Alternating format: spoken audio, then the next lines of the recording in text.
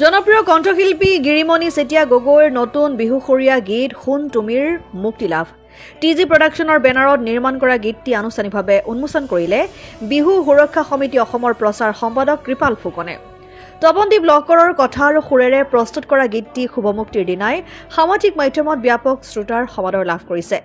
Dibrugarh studio' San অডিঅ'ত বাণীবন্ধন কৰা গীতটিৰ সংগীত ব্যৱস্থাপনা প্ৰখ্যাত বাঁহীবাদক লক্ষীৰঞ্জন দত্তৰ। ত্ৰৈলোক্য গগৈৰ দ্বাৰা প্ৰযোজিত শুন তুমিৰ পাৰ্কাছন ঋতু শইকীয়াৰ। ইতিমধ্যে গীতটি গিৰিমণি চেতিয়া গগৈৰ ইউটিউব চেনেলত মুকলি কৰা হৈছে।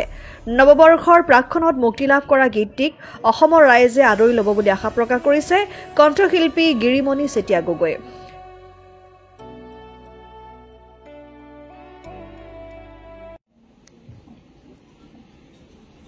তোমালৈ মৰম মোৰ আছে যে হিমান ল'ব জানো পাৰিবানে তাৰে উমান তুমি শুন হিয়াৰে দাপোন তুমি শুন মোৰ বুকুৰে আপোন। অনুভৱ মানে গীতটো সঁচাকে গাই খুব ভাল লাগিছে। মই পোনপ্ৰথমে অসমবাসী ৰাইজলৈ মোৰ ইয়াৰ পৰা মৰম যাচিছোঁ, নতুন বছৰ শুভেচ্ছা জনাইছোঁ। তাৰপৰা গানটোৰ কথা ক'বলৈ গ'লে সঁচাকৈয়ে মই যিমান গীত গাইছোঁ সেই গীতখিনিতকৈ এই গানটো গাই খুব ভাল লাগিছে মোৰ। তাকে আৰু অসমবাসী ৰাইজক মই অনুৰোধ কৰিছোঁ, অসমবাসী ৰাইজ বুলিও নহয়, মই বাহিৰৰ পৰাও প্ৰায় কমেণ্ট পাইছোঁ। বাহিৰত থকা মোৰ বন্ধুসকলে তেওঁলোকে চাই মেলি মোক জনাই মই আমুকৰ পৰা চাইছোঁ তামুকৰ পৰা চাইছোঁ, এনেকৈ বাইদেউ ভাল লাগিছে। সেয়াই আৰু আমাৰ ৰাইজে সঁহাৰি দিয়ক, মৰম দিয়ক, তাকে আদৰি লওক তেখেতলোকে, সেয়াই মই কামনা কৰিছোঁ। গানটো মোৰ নিজৰ ককাইদেউ, সৰু ককাইদেউৱে লিখিছে। তেখেতে আগতেও গীত লিখিছে, বহুত গীত। মোৰ এখেতে গানটো তেখেতে প্ৰযোজক কৰিছে। নামটা হৈছে মোৰ ককাইদেউৰ নাম হৈছে তপনদ্বীপ লহকৰ আৰু মোৰ এখেতে প্ৰযোজক কৰিছে, তেখেত হৈছে ধন্যবাদ। অনুভৱ অতি বিশাল মোৰ।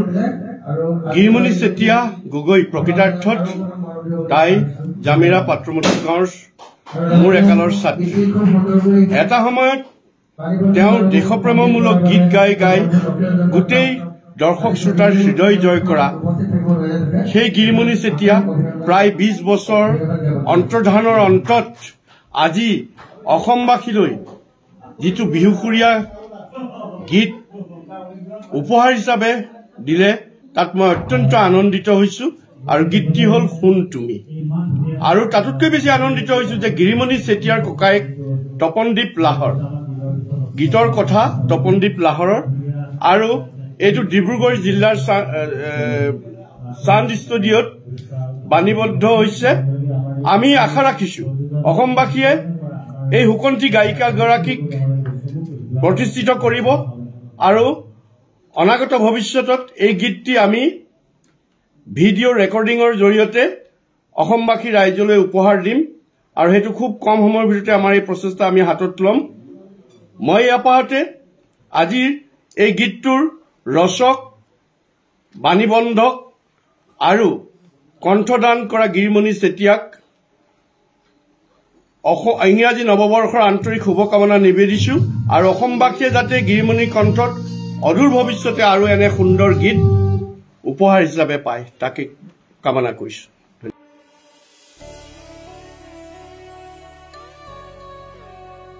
News desk report, democratic Assam.